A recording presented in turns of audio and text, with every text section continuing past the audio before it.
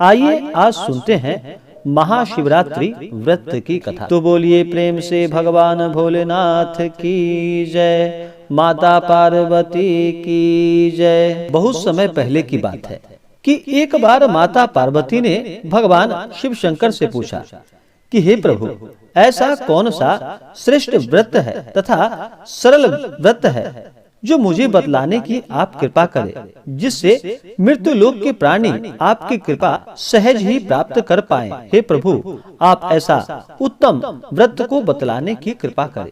भगवान शिव जी ने कहा कि हे देवी। फिर भगवान शिव जी ने माता पार्वती को शिवरात्रि व्रत का विधान बतलाया तथा एक कथा सुनाई कि एक गांव में एक शिकारी रहता था। उस शिकारी का काम था कि पशुओं की हत्या करके वह अपने और अपने कुटुंब जनों का पालन और पोषण किया करता था। और वह शिकारी एक साहूकार का ऋणी था, लेकिन उसका ऋण समय पर न चुका पाने के कारण क्रोधवश साहूकार ने शिकारी को शिव मठ में बंदी बना लिया। संयोगवश उस दिन शिवरात्रि थी। शिकारी ध्यान मग्न होकर शिव संबंधी धार्मिक बातें सुनता रहा।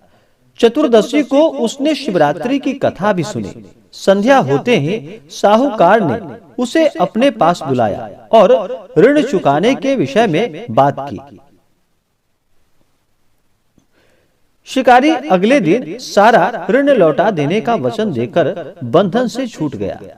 अपनी दिनचर्या की भांति वह जंगल में शिकार करने के लिए निकला, लेकिन दिन भर बंदी गृह में रहने के कारण भूख प्यास से व्याकुल था। शिकार करने के लिए वह एक तालाब के किनारे बेल वृक्ष पर वह पड़ाव बनाने लगा। बेल वृक्ष के नीचे शिवलिंग था, जो कि बिल पत्रों से ढका हुआ था। शिकारी को उसका पता न चल पाया और पड़ाव बनाते समय उसने जो टहनियां तोड़ी वे संयोगवश से शिवलिंग पर गिर गई। इस प्रकार दिन भर भूखे प्यासे शिकारी का व्रत भी हो गया और शिवलिंग पर बेलपत्र भी चढ़ गया। एक प्रहर रात्रि बीत जाने पर एक गर्भिणी मृगी तालाब पर पानी पीने के लिए पहुंची। शिकारी ने धनुष पर तीर चढ़ाकर यूं ही प्रत्यंचा को खींची। मृगी बोली कि मैं गर्भिणी हूँ, शीघ्र ही प्रसव करूंगी। तुम एक साथ दो जीवों की हत्या करोगे, जो ठीक बिल्कुल भी नहीं है।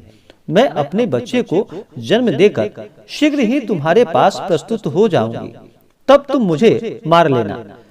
शिकारी ने प्रत्यंचा ढीली कर दी और मृगी झाड़ियों में लुप्त हो गई। कुछ देर के बाद एक और मृगी उधर से आई। शिकारी की प्रसन्नता का ठिकाना न रहा। समीप आने पर उसने धनुष पर बाण चढ़ाया। तब उसे देख मृगी ने विनम्रता पूर्वक निवेदन किया कि हे शिकारी, मैं थोड़ी देर पहले ही ऋतु से निवृत्त हुई हूँ, कामातुर विहरणी हूँ, अपने प्रिय की खोज में भटक रही हूँ। अपने पति से मिलकर शीघ्र ही तुम्हारे पास आ जाऊंगी। शिकारी ने उसे भी जाने दिया। 2 बार शिकार को खोकर उसका माथा ठनक गया। वह चिंता में पड़ गया। रात्रि का प्रहर बीत रहा था। तभी एक अन्य मृगी अपने बच्चों के साथ उधर से निकली। शिकारी के लिए वह स्वर्णमयी अवसर था।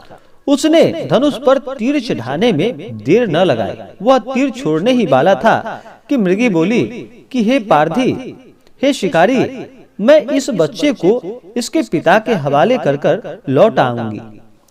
इस समय तुम मुझे मत मारो।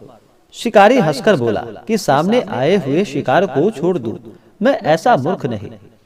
इससे पहले मैं 2 बार अपने शिकार को खो चुका हूँ। मेरे बच्चे भी भूख प्यास से तड़प रहे होंगे।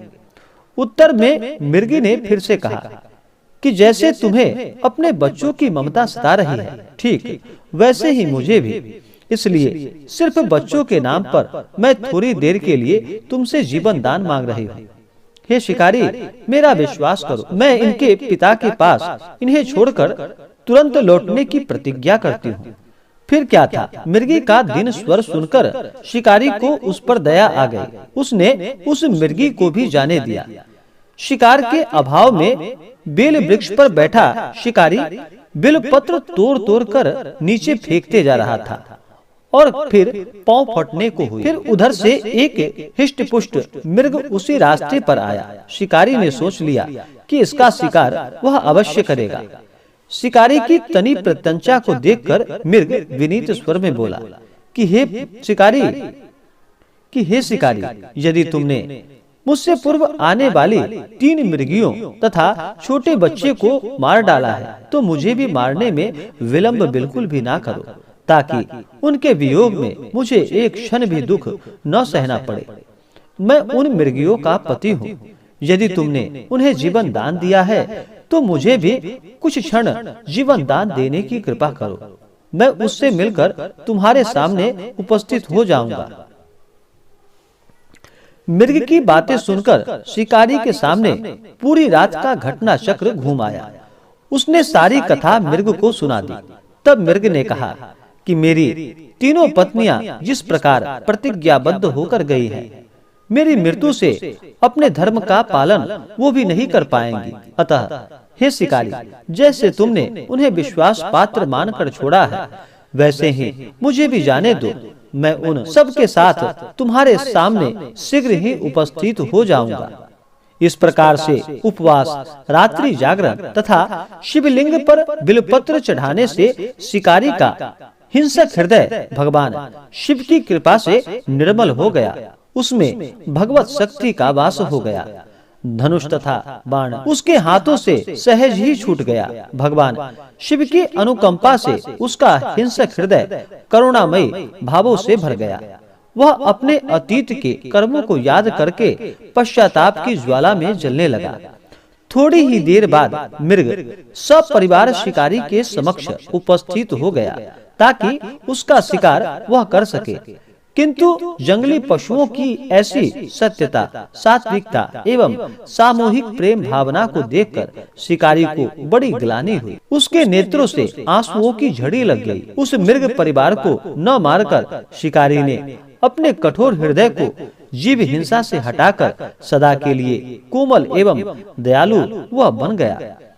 देवलोक के समस्त देव समाज इस घटना को देख रहे थे। घटना की परिणति होते ही देवी देवताओं ने पुष्प वर्षा की। तब शिकारी तथा मृग सब परिवार भगवान शिव की कृपा से मोक्ष को प्राप्त हुआ। इस प्रकार से जो भी भक्त सच्ची श्रद्धा के साथ, नियम और निष्ठा के साथ महाशिवरात्रि का व्रत करते हैं, कथा श्रवण करते हैं, भगवान शिव जी उनके मनोरथों को अवश्य ही पूर्ण करते हैं। तो बोलिए प्रेम से भगवान भोलेनाथ की जय, माता पार्वती की जय।